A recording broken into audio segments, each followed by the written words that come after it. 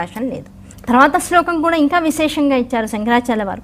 నఖైర్నాక స్త్రీణాం కరకమల సంకోచ శశిభిః తరుణాం దివ్యానాం హసత ఇవతే చండి చరణౌ ఫలాని స్వస్థేభ్యః కిసలయ కరాగ్రేణ దదతాం దరిద్రేభ్యో భద్రాం శ్రియమనిస మహ్నాయ దదతౌ అన్నారు.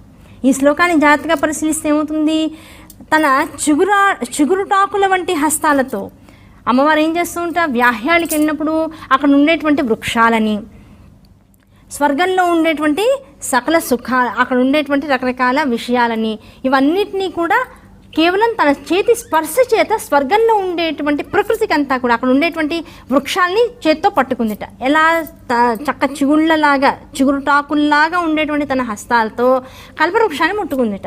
దానికి ఇంకా ఆ రోజు నుంచి స్వర్గంలో ఉండేటువంటి వాళ్ళ యొక్క కోరికలన్నీ తీర్చగలిగేటువంటి శక్తి వచ్చేసిందిట. అలాగే అక్కడ ఉన్నటువంటి హంసల్ని ముట్టుకుంటుంట. ఆ హంసలు దేదీప్యమానమైనటువంటి తేజస్సుతో మొత్తం ఆ స్వర్గమంతా తిరుగుతూ ఆనందాన్ని కలిగిస్తూ ఉండేటువంటి స్థితికి వచ్చేస్తూ ఉన్నాయట. ఇలా సకల సుఖాలతో తులదూగేటువంటి దేవతలకు మాత్రమే లభించేటువంటి కల్పవృక్షం అనబడేటువంటి అద్భుత శక్తి ఏదైతే ఉందో అది నీ యొక్క స్పర్శ వల్ల వాటన్నిటికీ ఇవ్వబడింది.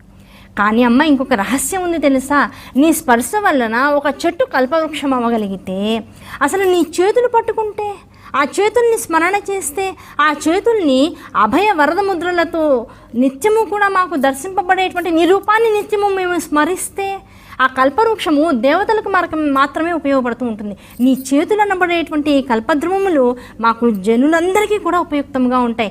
వాటిని స్మరించినంత మాత్రము చేత, వాటిని స్తుతించినంత మాత్రము చేత, వాటి యొక్క స్పర్శ మా మీద తగులుతోందని స్పర్శని ఇక్కడ భావించినంత మాత్రము చేత జగత్తులో ఉండేటువంటి సానుకూలమైనటువంటి సాత్వికమైనటువంటి మమ్మల్ని ఉద్ధరించగలిగేటువంటి ప్రతి కోరిక నీ యొక్క అనుగ్రహంతో మాకు తీరిపోతుంది. ఇప్పుడు కల్పవృక్షం కావాలని కోరుకోవాలా, నీ చేతులు అనబడేటువంటి అనుగ్రహ హస్తాలు మా మీద నిరంతరము ఉంటే చాలనుకోవాలా అంటే అమ్మ నీ చేతులు చాలు తల్లి, నీ అనుగ్రహం ఎప్పుడూ మా మీద ఉంటే చాలనేటువంటి భావన మాలోంచి విశేషంగా పైకి పొర్లుస్తుంది.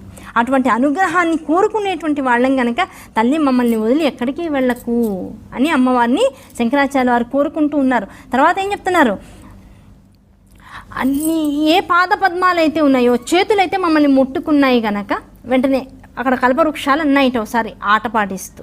ఇలాంటి శ్లోకాలు చెప్పుకున్నారు కదయ్యా, మమ్మల్ని అవమానిస్తూ చేతులతో మమ్మల్ని ముట్టుకున్నాయి కనుక మేము కల్పవృక్షాలం అయ్యాం. Okay, very good. మరి పాదాలు, అమ్మవారి చేతులు పాదాలు రెండు కూడా విశేషంగా వర్ణిస్తూ ఉంటారు కదా, మరి పాదాలు మాకన్నా తక్కువ అని కల్పవృక్షాలు ఒకసారి ప్రశ్న వేసాయట. ఆ ప్రశ్నకి సమాధానంగా ఏం చెప్పేట, నీ పాదాల దగ్గర ఉండేటువంటి గోళ్ళు ఏం చేస్తున్నాయట, ఇలా హాస్యభరితంగా తమని ధిక్కరిస్తున్నటువంటి ఈ కల్పవృక్షాలు కానీ దేవతా లోకంలో ఉండేటువంటి రకరకాల అహంకారంతో కూడుకున్నటువంటి ప్రకృతి సంపదని కానీ ఆ గోళ్ళని నడుస్తూ ఏం చేస్తున్నాయట, ఆ గోళ్ళ ప్రభావంతో అవన్నీ కూడా ముడుచుకుపోతూ ఉన్నాయట. ఆ ముడుచుకుపోతున్నటువంటి దేవత ప్రకృతి స్థితిని అంతటినీ కూడా చూసి కాలివేళ్ళు ముసుముసిన ఒళ్ళు నవ్వుకుంటున్నాయట. అంటే అర్థం ఏమిటి, చేతులు ఎంత అనుగ్రహములు అమ్మవి, పాదాలు అంతకన్నా అనుగ్రహములు. అవి ఎక్కడెక్కడ తిరిగాయో అక్కడక్కడ ఫలవృక్షాదులు విశేషంగా మొలిచి ప్రకృతి అంతా కూడా ఆనందభరితంగా తయారవుతూ ఉంటుంది. కానీ అహంకారంతో ఉన్నటువంటి వాడికి అమ్మవారి పాదాలు అమ్మవారి గోళ్ళు కూడా అహంకారాన్ని నరికేసేటువంటి ఖడ్గముల వల్లే, బాణముల వల్లే కనపడుతూ ఉంటాయి. కనుక అమ్మాని పిలిచి వినమ్రతతో ఉన్నావా అనుగ్రహ వర్షం కురిపిస్తుంది.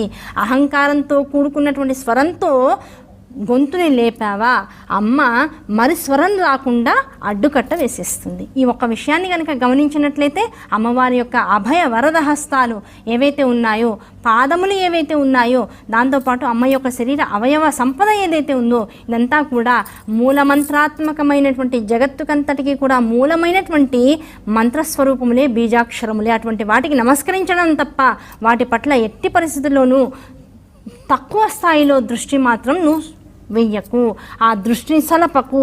ఆ దృష్టి ఎప్పుడు అమ్మవారి యొక్క ఔన్నత్యం వైపుకే ప్రసరించాలి, అమ్మవారి యొక్క గొప్పతనం వైపుకే ప్రసరించాలి, కీర్తించాలి, కొనియాడాలి అనేటువంటి ఒక అద్భుతమైన సూచన కూడా ఇక్కడ శంకరాచార్య వారు చేస్తున్నారు.